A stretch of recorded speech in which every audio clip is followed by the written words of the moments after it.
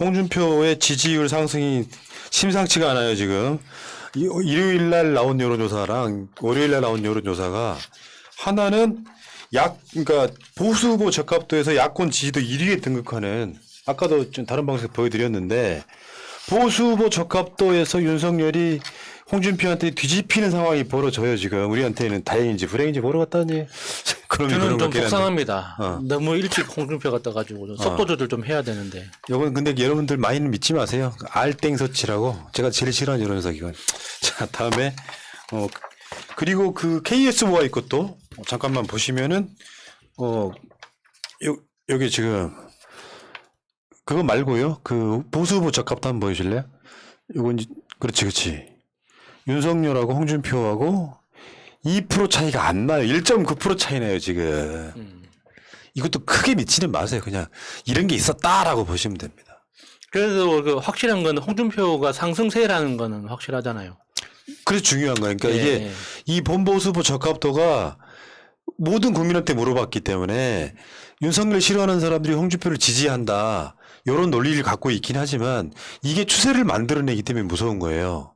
그 추세란 게 뭐냐면은 그래도 홍준표는 뭔가 이상하지 않아? 뭔가 막말하고 막 그런 느낌이 있지 않아 하고 주저했던 사람들이 내가 홍준표로 지지를 옮겨갈 만한 명분을 이 여론조사에 찾는 거예요.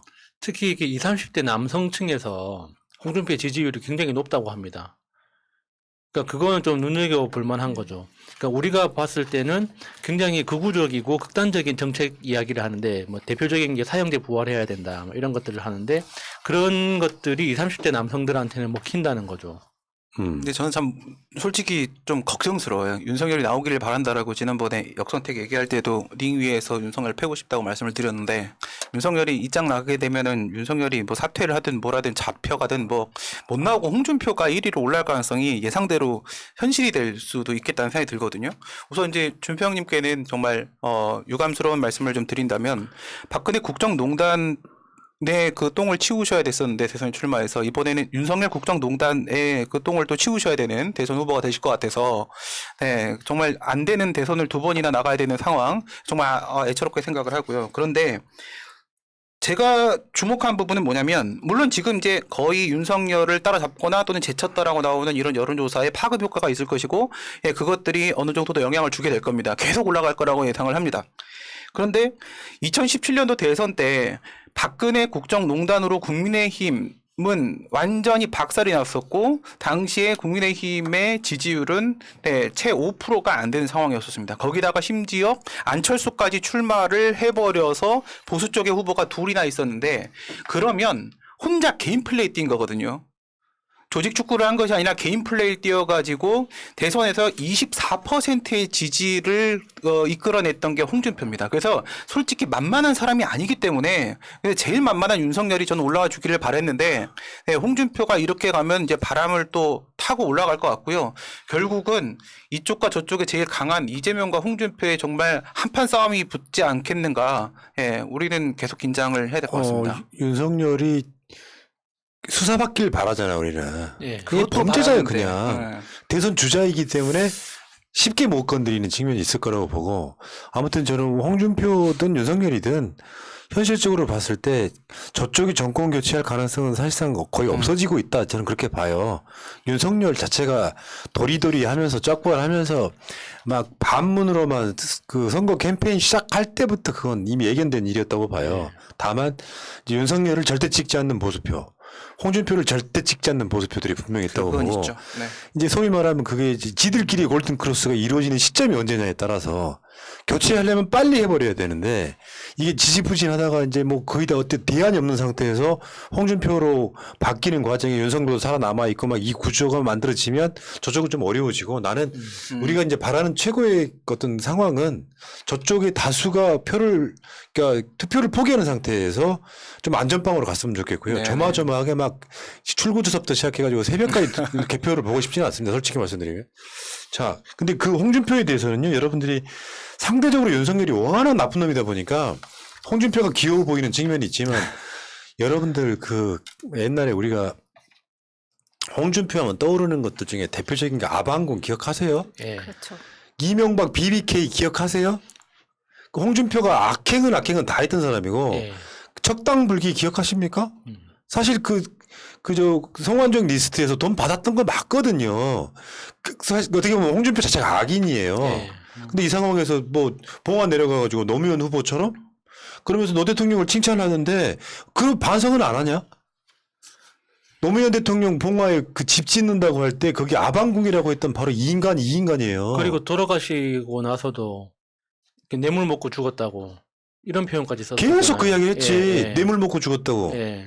이 홍준표가 사실 지금 거의 정신분열 상태까지 가고 있을 겁니다.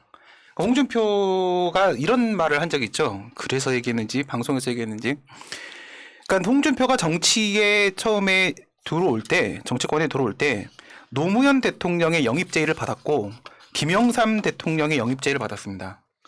그런데 노무현 대통령의 영입 제의를 거절하고, 그러니까 거절했다기보다 잠시 좀 생각을 하는 사이에 김영삼 전 대통령이 제의를 했는데 그걸 덥석 받았어요. 그래서 글로 들어가다 보니까 지금 여기까지 왔어요. 잠깐만 여기 노무현 대통령이 영입했다고? 김대중이겠지 그렇게 따지면은. 노무현이 홍준표에게 우리 쪽에 와서 같이 일해보자고 제의를 한 적이 있거든요. 그래요? 네. 그게 김영삼 때?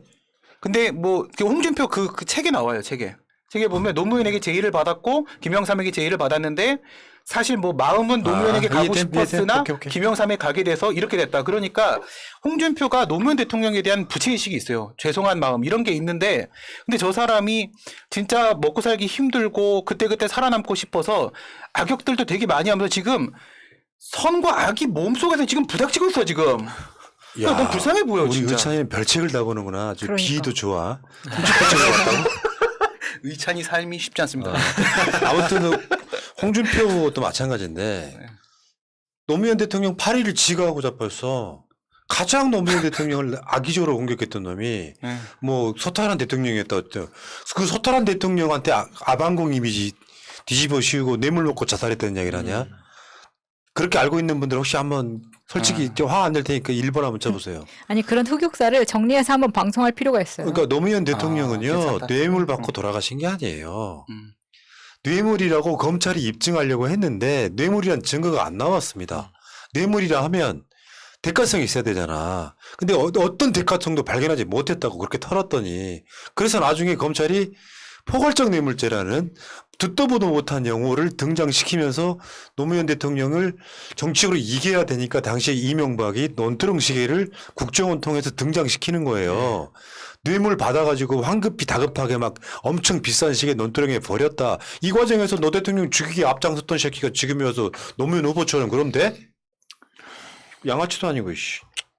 아무튼 홍준표도 나와도 내가 뭐 이게 엄청나게 많은 논란거리가 있는 사람이기 때문에 그렇죠. 상대적으로 그 윤석열을 진짜 대통령 등에다 칼을 꽂았던 놈이라서 용서가 안 되는 거지 대타로 나온다고 해도 난 그렇게 대단한 후보가 될 거라고 생각하진 않아요. 그렇죠. 그게 지금 20, 30대에서 뭐 조금 인기가 좋은 것처럼 보이는 이유는 이 사람이 약간 재밌는 유튜버 같은 캐릭터로 소모되는 거기 때문이거든요. 그러니까 허경영의 좀 고급 버전? 음. 뭐 이런 느낌인 거죠. 근데 이제 이런 부분을 좀 다 벗겨줘야 되죠. 물론 시간이 지나면 다 벗겨지겠지만 이런 게 예. 문제입니다. 아무튼 홍준표가 노무현 대통령을 팔아먹는 건 좀 용서가 안 된다 솔직히 말해서. 이게 다 윤석열 효과야. 속으로 그렇잖아요 여러분들. 홍준표가 윤석열 이겨주길 바라잖아 지금. 그렇죠. 정권 연장이 문제가 아니라 네. 그게 작동하고 있는 거예요 심리적으로. 근데 내가 봤을 때 이놈이나 그놈이나 다 나쁜 놈이에요.